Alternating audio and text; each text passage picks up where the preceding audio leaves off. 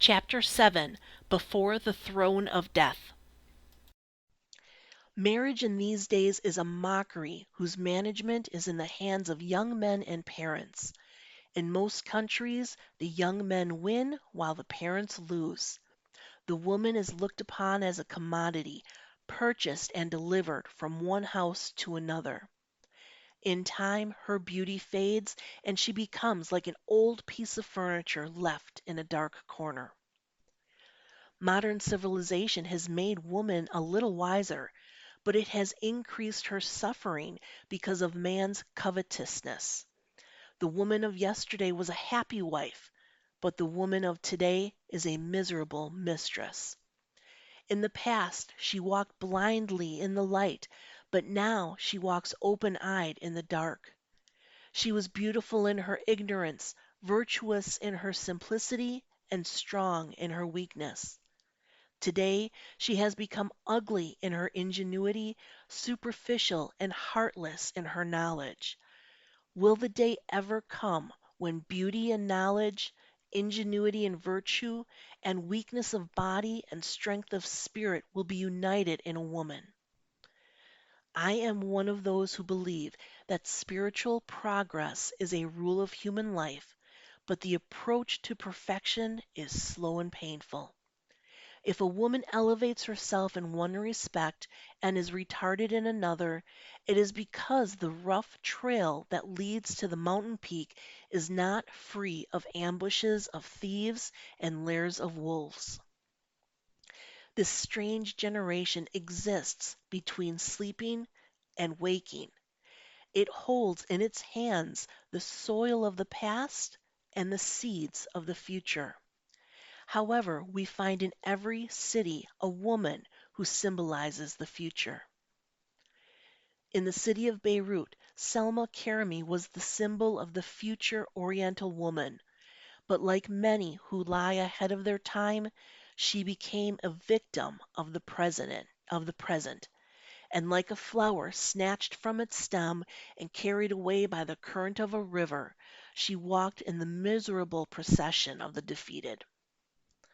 Mansour Bey, Galib, and Selma were married and lived together in a beautiful house at Ras Beirut, where all the wealthy dignitaries resided.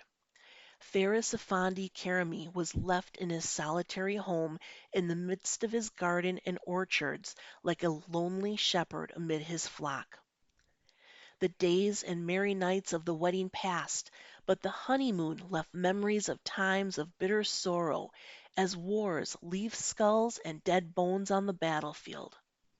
The dignity of an Oriental wedding inspires the hearts of young men and women, but its termination may drop them like millstones to the bottom of the sea. Their exhilaration is like footprints on sand, which remain only till they are washed away by the waves. Spring departed, and so did summer and autumn, but my love for Selma increased day by day until it became a kind of mute worship, the feeling that an orphan has toward the soul of his mother in heaven. My yearning was converted to blind sorrow that could see nothing but itself, and the passion that drew tears from my eyes was replaced by perplexity that sucked the blood from my heart, and my sighs of affection became a constant prayer for the happiness of Selma and her husband, and peace for her father. My hopes and prayers were in vain, because Selma's misery was an internal malady that nothing but death could cure.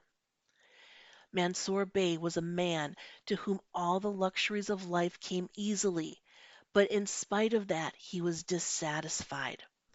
After marrying Selma, he neglected her father in his loneliness and prayed for his death so that he could inherit what was left of the old man's wealth.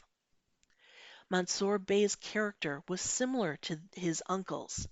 The only difference between the two was that the bishop got everything he wanted secretly, under the protection of his ecclesiastical robe and the golden cross which he wore on his chest, while his nephew did everything publicly. The bishop went to church in the morning and spent the rest of the day pilfering from the widows, orphans, and simple minded people. But Mansour Bey spent his days in pursuit of sexual satisfaction.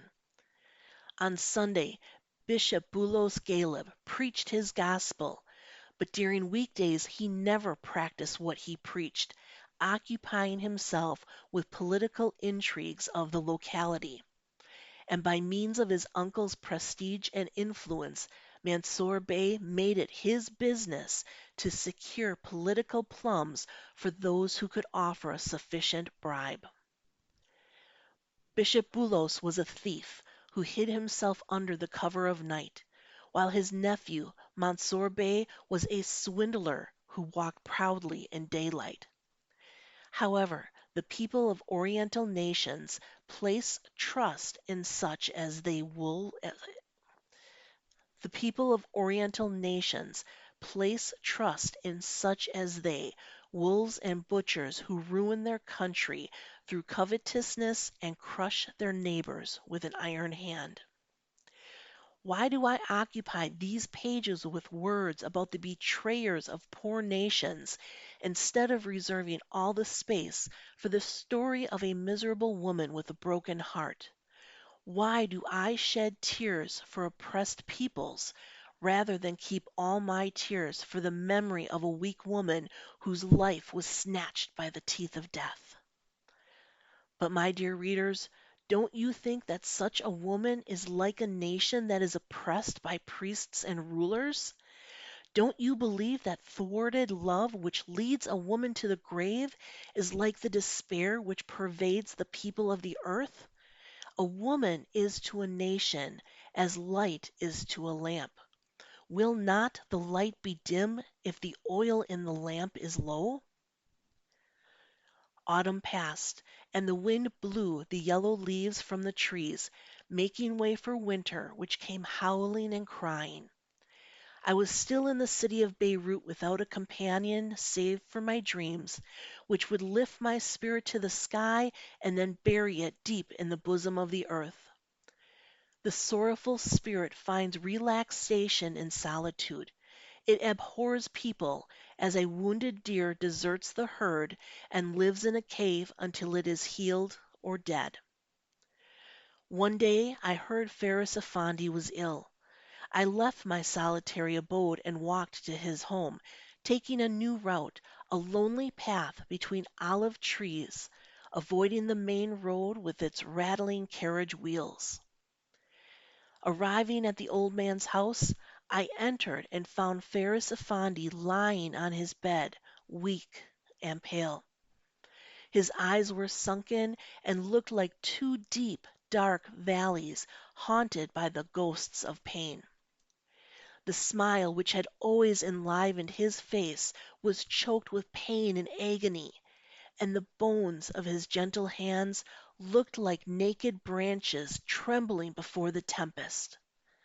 As I approached him and inquired as to his health, he turned his pale face toward me, and on his trembling lips appeared a smile, and he said in a weak voice, "Go, go, my son, go to the other room and comfort Selma, and bring her to sit by the side of my bed."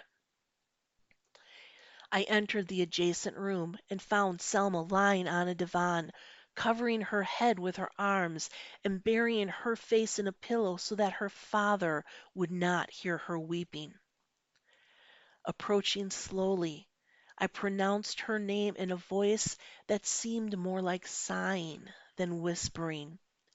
She moved fearfully, as if she had been interrupted in a terrible dream, and sat up, looking at me with glazed eyes, doubting whether I was a ghost or a living being.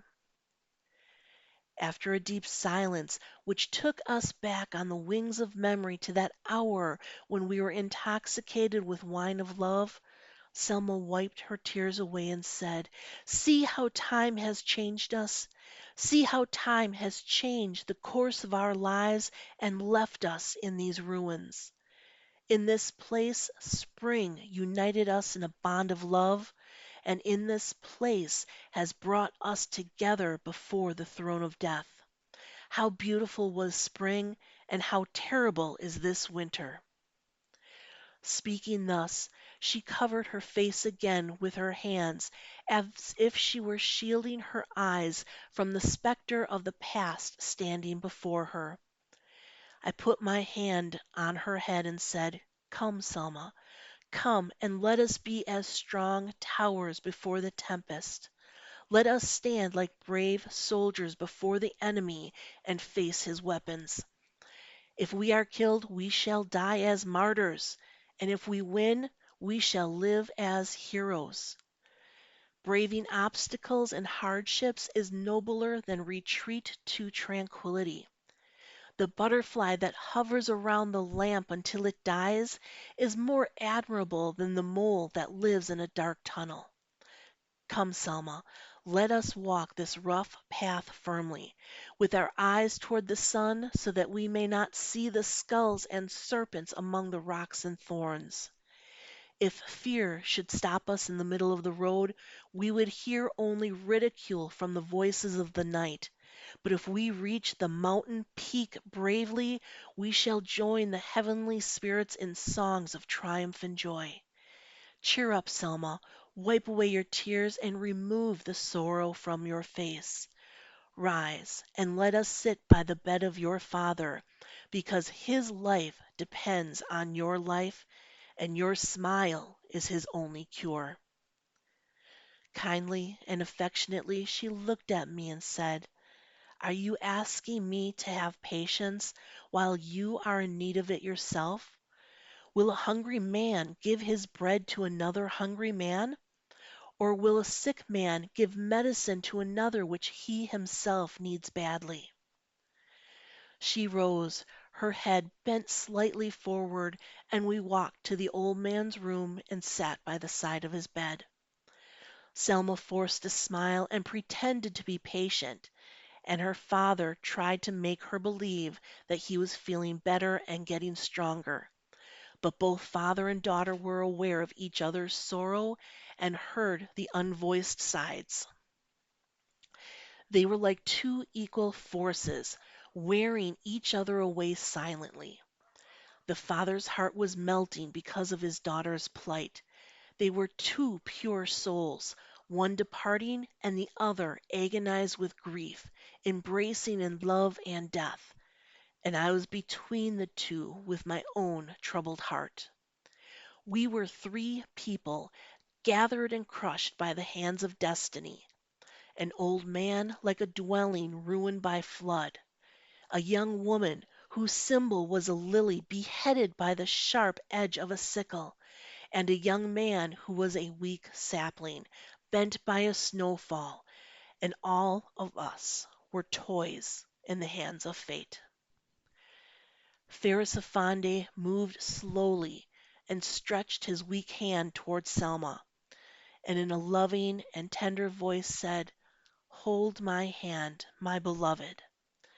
Selma held his hand, and then he said, "I have lived long enough, and I have enjoyed the fruits of life's seasons. I have experienced all of its phases with equanimity. I lost your mother when you were 3 years of age, and she left you as a precious treasure in my lap. I watched you grow, and your face reproduced your mother's features as stars reflected in a calm pool of water. Your character, intelligence, and beauty are your mother's, even your manner of speaking and gestures. You have been my only consolation in this life because you were the image of your mother in every deed and word. Now, now I grow old, and my only resting place is between the soft wings of death. Be comforted, my beloved daughter, because I have lived long enough to see you as a woman. Be happy, because I shall live in you after my death.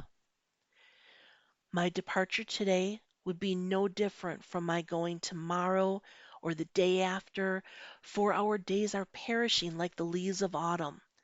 The hour of my days are perishing like the leaves of autumn. The hour of my death approaches rapidly, and my soul is desirous of being united with your mother's." As he uttered these words sweetly and lovingly, his face was radiant. Then he put his hand under his pillow and pulled out a small picture in a gold frame. With his eyes on the little photograph, he said, "Come, Selma, come and see your mother in this picture." Selma wiped away her tears, and after gazing long at the picture, she kissed it repeatedly and cried, "Oh, my beloved mother! Oh, mother!" Then she placed her trembling lips on the picture as if she wished to pour her soul into that image. The most beautiful word on the lips of mankind is the word mother, and the most beautiful call is the call of my mother. It is a word full of hope and love, a sweet and kind word coming from the depths of the heart. The mother is everything. She is our consolation in sorrow, our hope in misery, and our strength in weakness. She is the source of love, mercy, sympathy, and forgiveness. He who loses his mother loses a pure soul who blesses and guards him constantly. Everything in nature bespeaks the mother. The sun is the mother of earth and gives it nourishment of here. It never leaves the universe at night until it has put the earth to sleep to the song of the sea and the hymn of birds and brooks. And this earth is the mother of trees and flowers. It produces them, nurses them, and weans them. The trees and flowers become kind mothers of their great fruits and seeds. And the mother, the prototype of all existence, is the eternal spirit, full of beauty and love. Selma Karami never knew her mother because she had died when Selma was an infant, but Selma wept when she saw the picture and cried, "Oh, mother!" The word mother is hidden in our hearts, and it comes upon our lips in hours of sorrow and happiness as the perfume comes from the heart of the rose and mingles with clear and cloudy air. Selma stared at her mother's picture, kissing it repeatedly until she collapsed by her father's bed. The old man placed both hands on her head and said, "I have shown you, my dear child, a picture of your mother on paper. Now listen to me, and I shall let you hear her words." She lifted her head like a little bird in the nest that hears its mother's wings and looked at him attentively. Faris Effendi opened his mouth and said, "Your mother was nursing you when she lost her father. She cried and wept at his going, but she was wise and patient. She sat by me in this room as soon as the funeral was over and held my hand and said, 'Ferris, my father is dead now, and you are my only consolation in this world. The heart's affections are divided like the branches of the cedar tree. If the tree loses one strong branch, it will suffer, but it does not die. It will pour all its vitality into the next branch so that it will grow and fill the empty place.' This is what your mother told me when her father died, and you should say the same thing when death takes my body to its resting place and my soul to God's care." Selma answered him with falling tears and broken heart. "When mother lost her father, you took his place. But who is going to take yours when you are gone? She was left in the care of a loving and truthful husband. She found consolation in her little daughter. And who will be my consolation when you pass away? You have been my father and mother and the companion of my youth." Saying these words, she turned and looked at me, and holding the side of my garment, said, This is the only friend I shall have after you are gone. But how can he console me when he is suffering also? How can a broken heart find consolation in a disappointed soul? A sorrowful woman cannot be comforted by her neighbor's sorrow, nor can a bird fly with broken wings.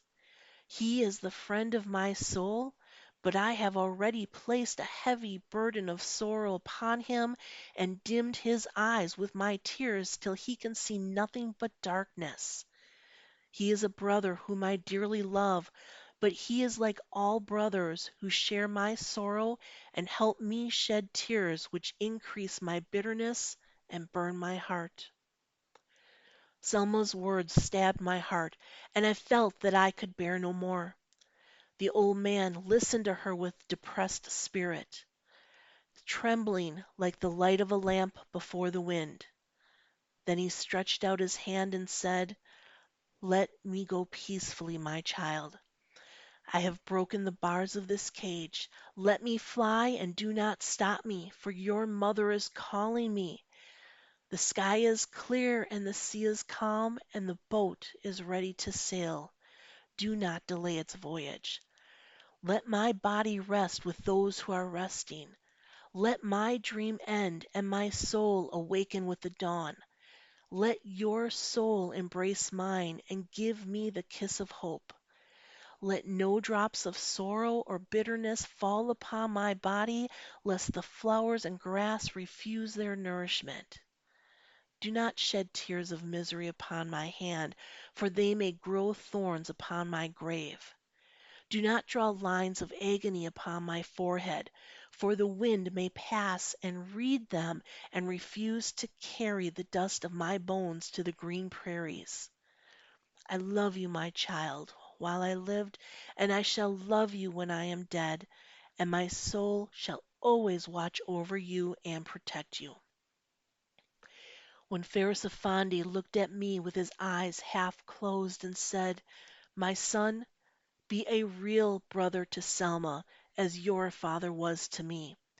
Be her help and friend in need, and do not let her mourn, because mourning for the dead is a mistake. Repeat to her pleasant tales and sing for her the songs of life, so that she may forget her sorrows. Remember me to your father. Ask him to tell you the stories of your youth, and tell him that I loved him in the person of his son in the last hour of my life." Silence prevailed, and I could see the pallor of death on the old man's face. Then he rolled his eyes and looked at us and whispered, "Do not call the physician, for he might extend my sentence in this prison by his medicine. The days of slavery are gone, and my soul seeks the freedom of the skies. And do not call the priest to my bedside, because his incantations would not save me if I were a sinner, nor would it rush me to heaven if I were innocent. The will of humanity cannot change the will of God, as an astrologer cannot change the course of the stars. But after my death, let the doctors and priests do what they please, for my ship will continue sailing until it reaches its destination." At midnight, Ferris Effendi opened his tired eyes for the last time and focused them on Selma, who was kneeling by his bedside. He tried to speak, but could not, for death had already choked his voice. But he finally managed to say, "The night has passed, O Selma, O Selma." Then he bent his head, his face turned white, and I could see a smile on his lips as he breathed his last. Selma felt her father's hand. It was cold. Then she raised her head and looked at his face.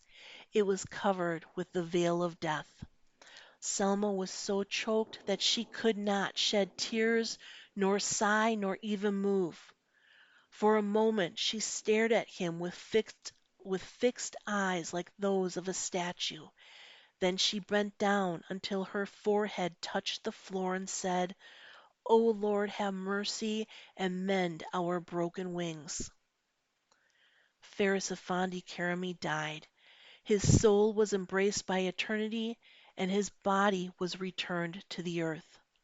Mansour Bey Galib got possession of his wealth, and Selma became a prisoner of life, a life of grief and misery. I was lost in sorrow and reverie. Days and nights preyed upon me as the eagle ravages its victim. Many a time I tried to forget my misfortune by occupying myself with books and scriptures of past generation, but it was like extinguishing fire with oil, for I could see nothing in the procession of the past but tragedy, and could hear nothing but weeping and wailing. The book of Job was more fascinating to me than the Psalms, and I preferred the elegies of Jeremiah to the Song of Solomon. Hamlet was closer to my heart than all other dramas of Western writers. Thus despair weakens our sight and closes our ears. We can see nothing but specters of doom and can only hear the beating of our agitated hearts.